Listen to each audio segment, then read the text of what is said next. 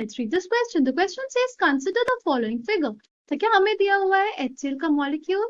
ठीक है, अब हमसे पूछा है which one of the following interaction is shown between the two HCl molecules. Option A dipole-dipole interaction, option B ion dipole interaction, option C London forces, option D dipole induced dipole interaction.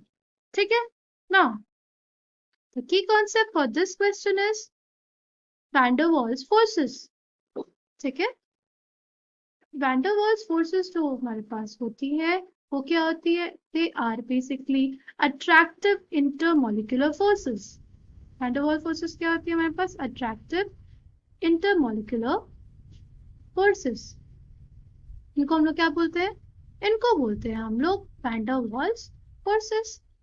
ठीक, अब हमसे पूछा है तो हमारे पास जो van der Waals forces होती है वो होती है बेसिकली हमारे पास तीन टाइप्स की. पहली होती है लंदन फोर्सेस, इसको हम लोग डिस्पर्शन फोर्सेस भी कहते हैं. फिर हमारे पास होता है डायपोल डायपोल इंटरैक्शन,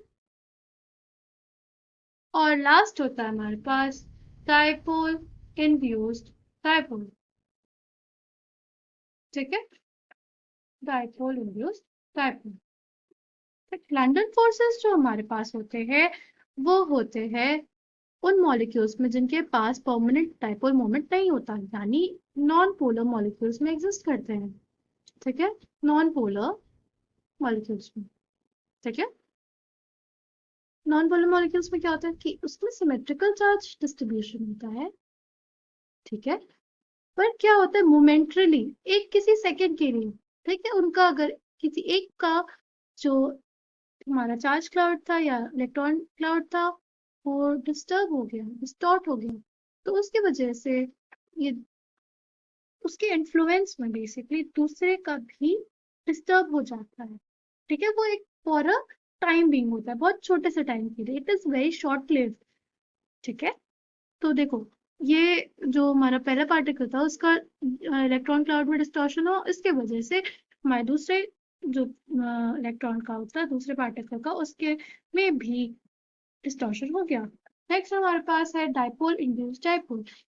नेक्स्ट हमारे पास डायपोल डायपोल. डायपोल डायपोल कहाँ पे होता है? जहाँ पे पोलर मॉलिक्यूल्स होते हैं. ठीक है, जिनके पास खुद से अपना परमानेंट डायपोल हो, जैसे HCl का मॉलिक्यूल.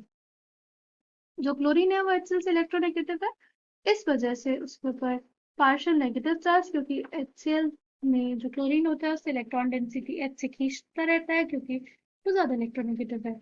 ठीक, और H पे हमारा पॉजिटिव चार्ज डेवलप हो जाता है.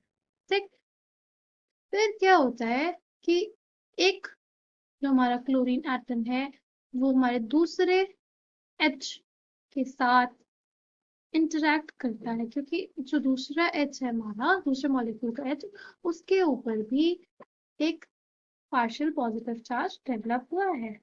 ठीक, तो ऐसे अट्रैक्टिव फोर्सेस को हम लोग बोलते हैं डायपोल डायपोल. ठीक है, जहाँ पे परमानेंट डायपोल मोमेंट एग्जिस्ट करे बॉन्ड्स में वहां पे हमारे डायपोल डायपोल इंटरैक्शंस होते हैं. ठीक, नेक्स्ट होता है dipole induced dipole. Dipole induced dipole हमारे पास कहाँ होता है? जहां पे एक परमानेंट डायपोल वाला पार्टिकल हो, यानी एक पोलर मॉलिक्यूल, और दूसरा जो पार्टिकल हो हमारे पास उसके पास पोलैरिटी ना हो, एक नॉन पोलर मॉलिक्यूल. ठीक है, सपोज ये हमारा था परमानेंट डायपोल वाला पार्टिकल. ठीक है, इसके पास परमानेंट डायपोल है. ठीक, और यहाँ पे एक ऐसा पार्टिकल रखा हुआ है जिसके पास नॉन पोलर है. ठीक है, कैसा पार्टिकल है जो नॉन पोलर है. ठीक, तो इसमें क्या होगा? इस जो परमानेंट डायपोल वाला है उसके वजह से इसमें भी पोलैरिटी डेवलप हो जाएगी आफ्टर सम टाइम. ठीक है, due to the influence of the permanent dipole. हमारे जो नॉन पोलर मॉलिक्यूल में अगर पोलैरिटी डेवलप हो जाती है उसको हम लोग बोलते हैं डायपोल इंड्यूस्ड डायपोल. इसकी एक और कैटेगरी होती है हमारे आयन इंड्यूस्ड डायपोल। ठीक है, इसको हम लोग देखें ऐसा कि मतलब हमारे पास कोई कैटायन है और उसमें अगर हम लोग रख दें नॉन पोलर पार्टिकल को, तो कुछ देर बाद हम लोग ऑब्जर्व करेंगे कि उस आयन की वजह से हमारे पास जो हमारा नॉन पोलर पार्टिकल था उसमें चार्ज डेवलप हो गया है। ठीक है, डायपोल डायपोल इंटरेक्शन जो होता है उसकी एक टाइप होती है हमारी हाइड्रोजन बॉन्डिंग। ठीक है, ये सिर्फ और सिर्फ फ्लोरीन, ऑक्सीजन और नाइट्रोजन के केस में ही एग्जिस्ट करती है, क्योंकि ये बहुत ज्यादा इलेक्ट्रोनेगेटिव एलिमेंट्स होते हैं कि इलेक्ट्रॉन डेंसिटी बहुत ज्यादा तेजी से पुल करते हैं हाइड्रोजन से। ठीक है, आई होप आपको बात समझ में आई हो ना। Let's get back to the question. The question says which of one of the following interactions is shown between the two HCl molecules?